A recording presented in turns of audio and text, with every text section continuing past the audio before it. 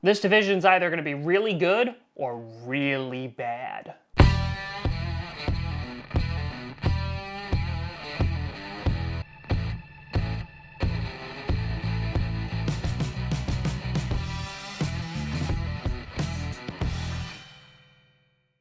Grossi Posse Packer Nation, welcome to an episode of Packcast, a podcast where you're a Packers fan, but it sure does help. I'm your host, Tom Grossi, and today we are taking a look at the AFC South after taking a look at the AFC North yesterday, a division in which they had two playoff teams last year, and of course, who could forget that slobber knocker of a matchup between the Colts and Titans on Sunday Night Football, in which neither team wanted to win that game, but the Titans were like, it's okay, Colts. You could have this one. And so last year, when making this video, when we were doing the predictions, everyone and their mother was like, the Texans, they're going to destroy. And they had a good season last year. They went 11-5. Obviously, Deshaun Watson coming in after being injured, coming in and kind of, having a pretty good year. But again, I think there was just a little bit to be desired. And so the question is, do the Texans take the division again when you have the Colts and a resurgent Andrew Luck, who had a great year last year, starts to slowly make a comeback? And then there's also the Titans, who were competing for a playoff spot last year. And then there's the Jaguars, who just, after going all the way over to like the AFC Championship game, just crumbled into oblivion. But last year, the Texans went 11-5, then followed by the Colts 10-6, the Titans 9-7, and then the Jaguars 5-11. Which I don't think anyone predicted last year, that the Jaguars would fall that low. But let's take a look at what's going on this year. So, starting at the number 4 spot, which I already find I'm going to make some enemies. I'm sorry, Matt Neely. The Tennessee Titans, I think, are going to finish last in the division. And again, it's not necessarily because of their team. It's more because of their schedule. So, for example, like they drafted some guys, like they drafted a guy who they're not going to be able to use this year, but next year is going to be a monster. They also got guys like A.J. Brown, who I was super duper high on in the draft. But taking a look at their schedule, here's where I feel like they're going to face some difficulties. I feel like it's going to be a difficult matchup against the Browns. It's going to be difficult against the Colts. They'll most likely split with them. The Falcons, the Chargers, the Panthers, the Chiefs. The Jaguars, maybe they'll split with them, but I can see that going either way. They'll probably split with the Texans and the Saints. So right now, if they don't lose to the Jaguars, I can see them going 8-8 realistically.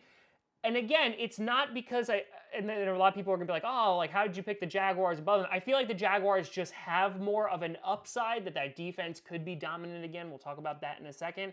And again, if you're new to this whole prediction thing, how we do it is I just go through their schedule and see what their most difficult games on their schedule is and try to predict a record out of that. And so the Titans could impress this year.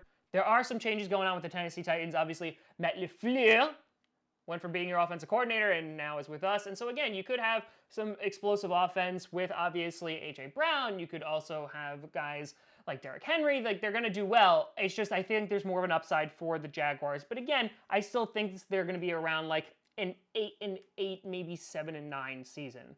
Then moving on to the number 3 spot, the Jacksonville Jaguars, who I see them having a similar record to the Titans. I feel like they're going to have trouble against the Chiefs. They'll probably split with the Texans. They'll probably, at best, split with the Titans, the Panthers, the Saints, split with the Colts, the Chargers, and the Falcons. So I think that's 8 games right there, and that's if the Titans don't sweep them. So I think that the Titans and Jaguars can be flip-flopped. I see them finishing around 8-8 or 7-9 as well, just because they don't have the easiest of schedule. Now, obviously, Leonard Fournette was great a couple years ago, but last year really struggled, didn't have a lot of stamina, gained a whole bunch of weight. But that defense could be dominant again, and if Leonard Fournette's able to get back into shape, get back into form, this team could be good. Obviously, the signing of Nick Foles could do wonders for that team, but I feel like they're going to wind up with the same record or something similar around the Titans. And again, that 3 and 4 spot could be easily swapped.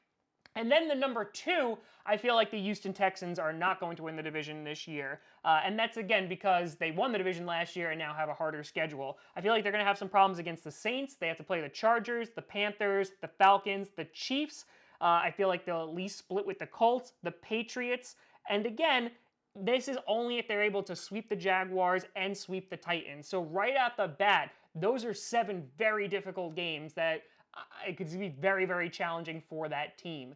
And so with all that, of course, they obviously have Deshaun Watson, they have DeAndre Hopkins, of course, J.J. Watt. Like, they have playmakers, but I feel like they are facing a very difficult schedule. They're going to have to sweep 2 members of their division who are going to probably give them problems, and they also have a resurging Colts. And so on top of that, I think they could potentially make the playoffs at 9-7, but I think right now they're going to be at that number 2 spot.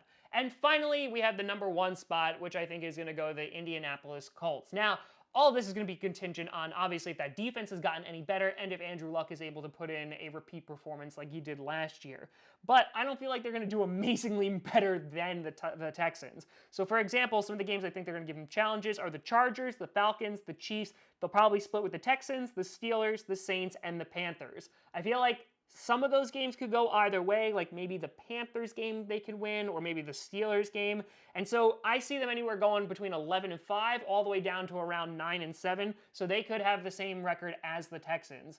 So I think that it's going to be a battle for the number 1 spot between the Texans and the Colts. It's just a matter of both of them have pretty difficult schedules and who are going to be able to overcome those really challenging games, and it might just come down to 1 game difference, or it might come down to who has more wins within the division. But that's how I see the AFC South playing out. But let me know what you think down in the comments below. Do you think the Texans will be able to hold on to their divisional title, or will the Colts come up and sweep it? Or hey, maybe the Jaguars are going to make a resurgence, or even maybe the Titans. But let me know what you think.